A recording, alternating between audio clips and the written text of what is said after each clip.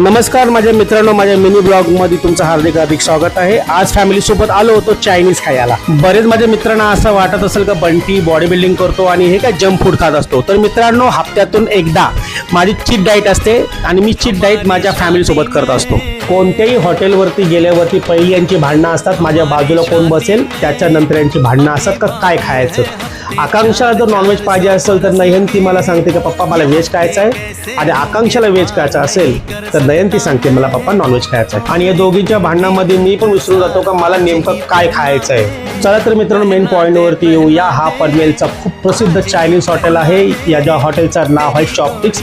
इथे गेल्या मी 15 ते 17 वर्षापासून चायनीज खातोय आणि आज ही टेस्ट तशीच आहे जशी पहिला होती। भरगतचं पोट खाल्याच्या नंतर तिला मी पुन्हा एकदा विचारलं, बाळा तुला काय पाहिजे, तर अजून ती मला विचारते काय पप्पा अजून काय आहे का खायासारखा। तर मी बोललो बडीशॉप आहे, खातेस का।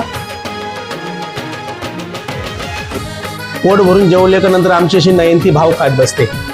तुम्हाला कधी या हॉटेलला यायचं असेल तर मित्रांनो, नवीन पनवेल सेक्टर 10 सिलेंडर टॉकीच्या बाजूला चॉपस्टिक्स हा चायनीज आहे। मित्रांनो, तुम्हाला कळकळीची विनंती आहे, तुम्ही जर कुत्र्यांसाठी जेवण घालत असाल तर रस्त्याच्या मधोमध न घालता रस्त्याच्या बाजूला घाला।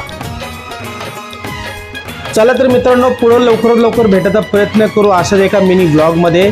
तोपर्यंत माझ्यासोबत राहा, माझ्या चॅनलला सबस्क्राईब करा, लाईक करा, कमेंट करा।